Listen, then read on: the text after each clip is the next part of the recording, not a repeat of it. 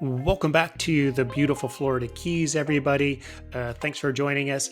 This week, I'm going to be talking about the safety equipment that I have on my boat and the reasons I have it.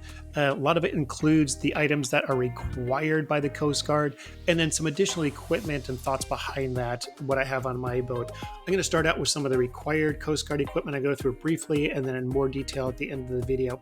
So this is my grab and go box. This is a Pelican box. I've got my flare gun, my flares, my signal horn, a super bright flashlight, emergency repair kit, and you can see I've got my Towboat USA card in there.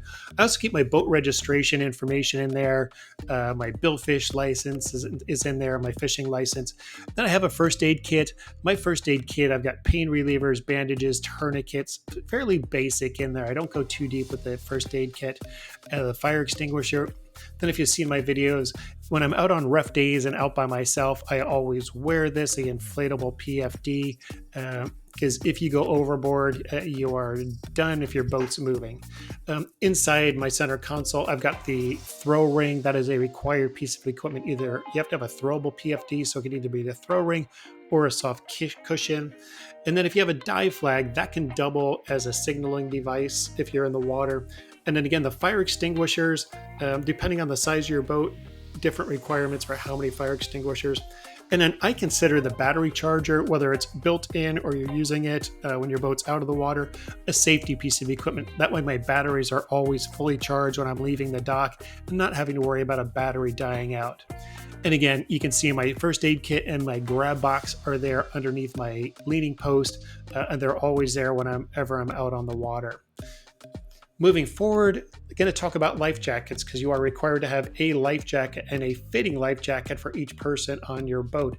So my tea bag, I have stuffed with normal adult life jackets. There's also some hand flags in there with each of those for extra signaling devices, but those are in there.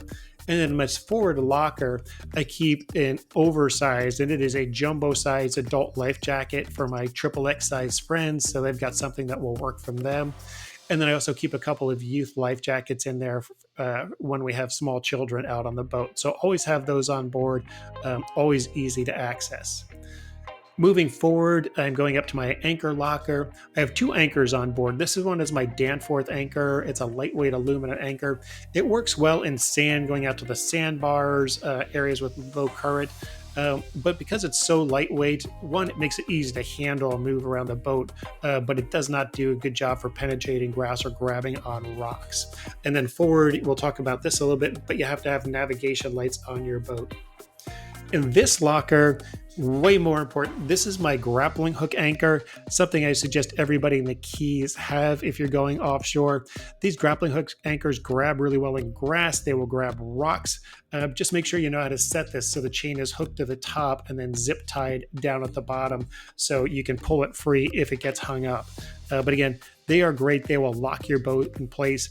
And honestly, I use that at least 85-90% of the time whenever I'm anchoring out on the ocean. So, and both of those have 200 plus feet of rope on them. Up top, I've got two GPS receivers, the Simrad radar, and then I've got a floodlight, and I've got floodlights fore and aft. They will help you in search and rescue situations and also help you find your way in the dark when you're coming inshore.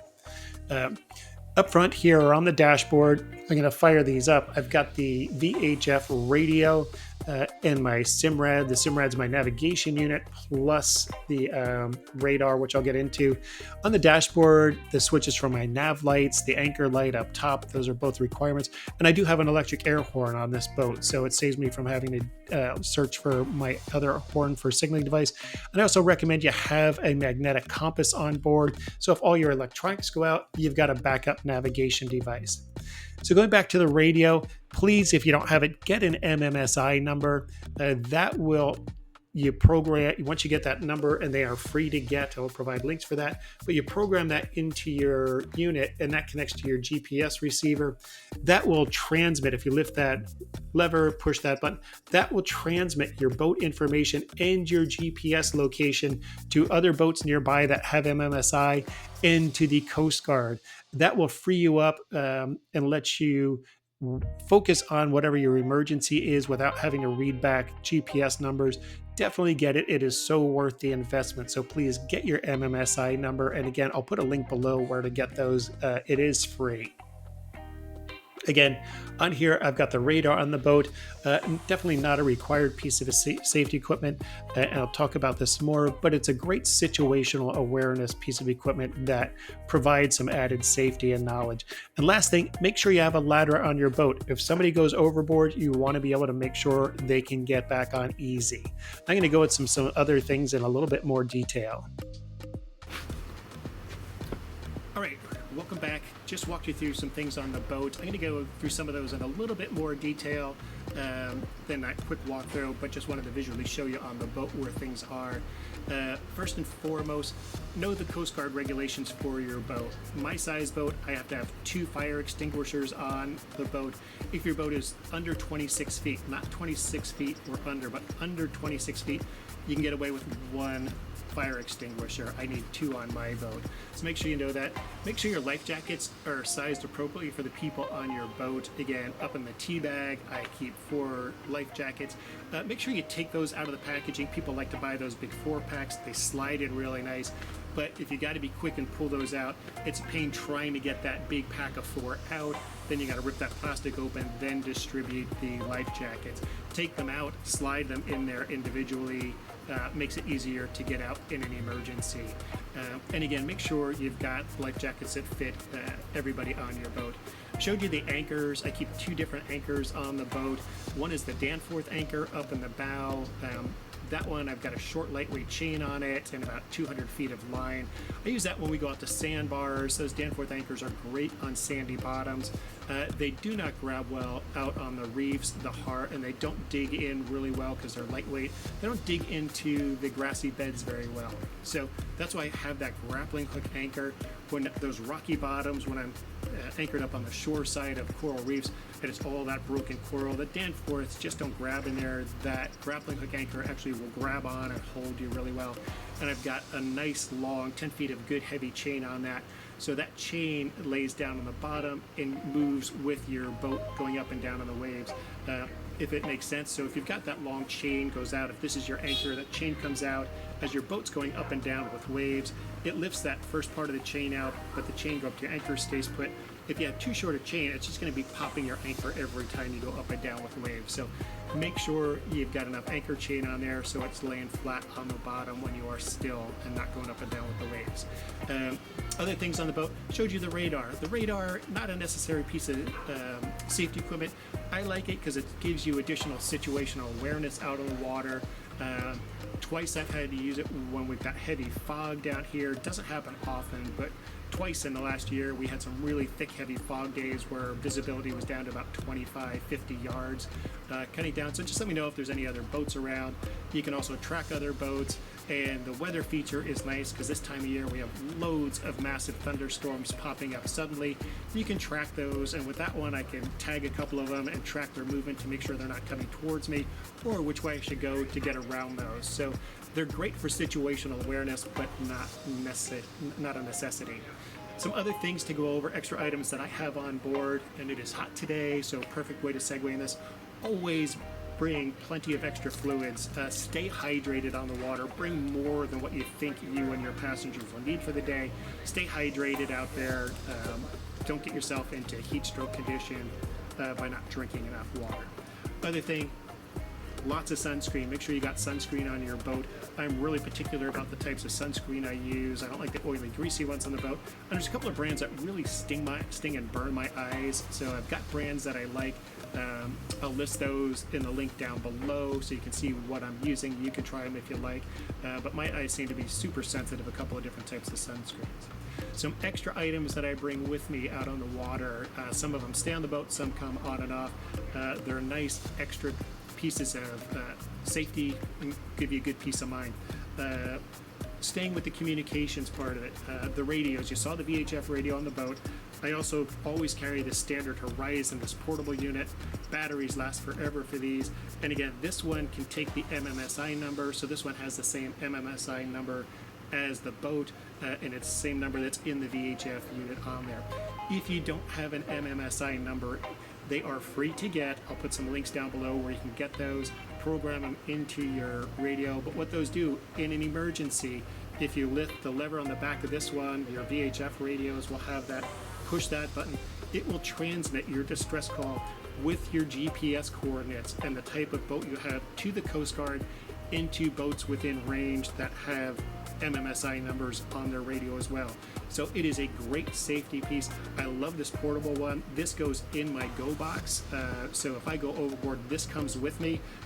On rough days when I'm wearing my inflatable life jacket with me, this clips onto that, so it's with me at all times. So if I go over, I have a way to transmit a distress signal from the water.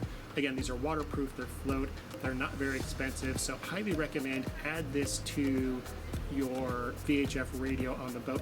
If you don't have a built-in VHF radio on the boat, highly suggest get one of these. These work fantastic. Had this for a few years, never had a problem with it. So that's the portable VHF radio. Make sure you get that MMSI number and program them in. The other communication device I have when I get way offshore, if I'm 30, 40 miles offshore, cell phones don't work, VHF transmission is limited to the Coast Guard, but need to send an emergency text message, reach people. I have this little Garmin unit. This is satellite connected, so I can send text messages. It also doubles as a navigation screen.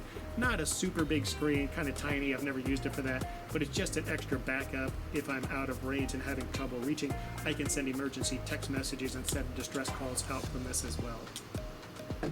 The final piece, or one of the final pieces I recommend, I got two more things here, is a portable tablet. Everybody's got their great big giant screens built on their boat, but if you have an electrical problem, the electric goes out, it is nice having a backup navigation unit.